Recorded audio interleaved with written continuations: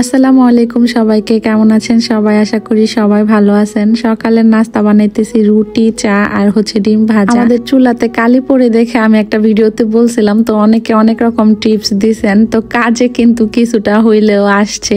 এই যে আমি যে চুলাতে রুটি ভাজতেছি না, এই চুলাটা আর কি মোটামুটি ভালোই ঠিক হয়ে গেছে, তবে পাশেরটা একটু কমই ঠিক হয়েছে। পাশেরটাতে এখনো কালি পড়ে, তবে আগের তুলনায় অনেক কম। কেন জানি রুটি খাইতে ইচ্ছা করতেছে না, তো আমার জালরে বলতেছিলাম কি আমার পাটায় মোছা ভাত খাইতে ইচ্ছা করতেছে। পরেও বললো কি ভাবি আপনি ভর্তার জন্য বসাই দেন সবকিছু, আমি পাটায় ভাত মুছবো না, কারণ কালকের অনেকগুলা বাসি ভাত আছে। আর বাসি ভাতও কিন্তু চাপা ভর্তা বানাইয়া পাটায় মুছলে অনেক বেশি ভালো লাগে। তো ওই সাইডে আমি চাপা ভর্তার জন্য সবকিছু বসাই দিছিলাম, আর এইদিকে ডিমও ভাইজা নিলাম। আমার যা আবার ভর্তা বানাইতেছিল ভাত মোছার জন্য। যারা নাকি আমাদের মতো চাপা ভর্তা পছন্দ করেন, তারা প্লিজ একবার হইলেও এরকম বাসি ভাত চাপা ভর্তা দিয়া পাটায় মুছা খাইয়া দেখবেন কি যে অমৃত লাগে এটা। এই খাবারটা অনেকদিন পরে খাইলাম, অনেক বেশি ভালো লাগছিল। খাওয়া দাওয়া শেষে এখানে রান্নার জন্য সবকিছু নিয়ে আসছি। প্রতিদিনের মতো আজকেও কিন্তু আমরা নাস্তা বানানোর পরেই সব কাইটা কুইটা রাখছিলাম, তবে আজকে আর ভিডিও করা হয় না। আজকে রান্না করব বাইং মাছ ভুনা, মুরগির মাংস ভুনা, তারপরে জলপই দিয়ে ডাল আর কচু ভাজা। এই কচুটা ছিল, তো ভাবলাম যে ভাজি করে ফেলি, তাইলে খাওয়া হয়ে যাইব। আগে একটু সিদ্ধ করে নিছিলাম হলুদ দিয়ে, তারপরে এখন আবার হলুদ মরিচ ফাঁকি লবণ দিয়ে মাখাই নিতেছি। সত্যি বলতে আজকে না কচু ভাজা একটু মজা লাগে নাই। কচু আসলে যে আগারটা থাকে না, ওইটাই ভাজলে বেশি ভালো লাগে, তবে এগুলা রান্না করলে ভালো লাগে। নষ্ট হইয়া যাইতেছে দেখে ভাবলাম যে ভাজি। আর ভাই বাজার নিয়ে আসছিল, এই ভাই বাজার নিয়ে আসলে সব সময় তো এরকম আমাদের সাথে অনেক বেশি দুষ্টামি করে। তারপরে আমার বাইং মাছ ভুনাও হয়ে গেছিল, এদিকে মুরগির মাংস ভুনা করে নিতেছি।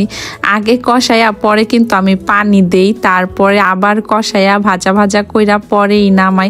একটা আপু আমাকে জিজ্ঞেস করছিল যে আপু আপনি কি পানি দেন না? আসলে পানি দেই, তবে ওটা স্কিপ করি। আর আমি একটা একটা করে রান্না করি, আর আমার যা একটা একটা করে নিয়ে যায়। ও ডালটা ঘ্যাসেই রান্না করে নিছিল, তারপরে লাস্টে কচুটা ভাইজা নিলাম।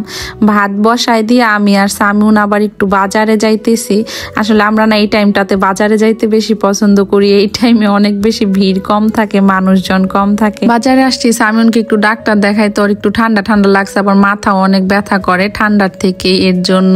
তারপর ওই লিপস্টিকটা নিব, ওই দোকান থেকে অনেক টুকটাক কিছু কেনাকাটা করছিলাম। তারপরে যে ওই দিন একটা ড্রেস রাখলাম না, ওইটাই বানাতে দিব।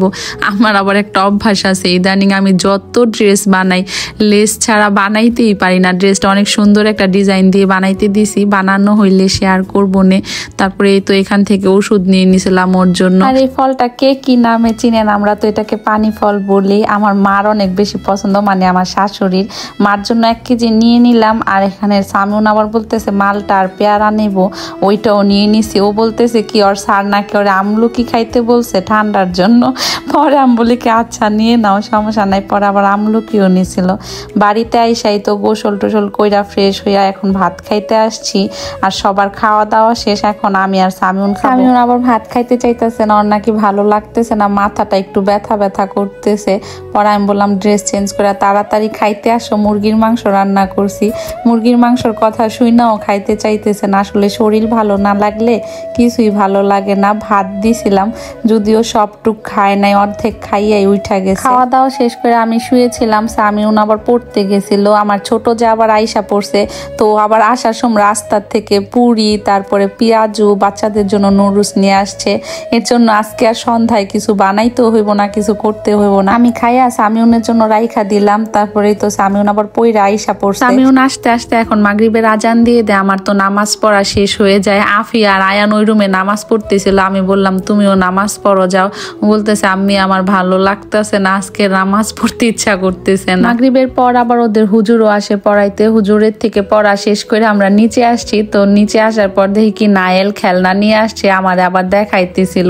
অনেকদিন পর আসছে, আর অনেকদিন পড়াইসা নায়েল তো অনেক বেশি খুশি মাশাআল্লাহ। আমার ছোট জামাই ডাকতেছিল ভাবি নায়েলের জন্য কিছু কেনাকাটা কইরা নিয়ে আসছি, আসেন দেখা যান। ও নায়েলের জন্য শীতের কাপড় চোপড় আনছে, গেঞ্জি প্যান্ট সোয়েটার, ওইগুলাই দেখাইতেছিল। সুন্দরই হয়েছে সবগুলা মাশাআল্লাহ। তো আজ এই পর্যন্ত, এই কথা হবে অন্য কোনো ভিডিওতে। সবাই ভালো থাকবেন, আল্লাহ হাফেজ, আসসালামু আলাইকুম।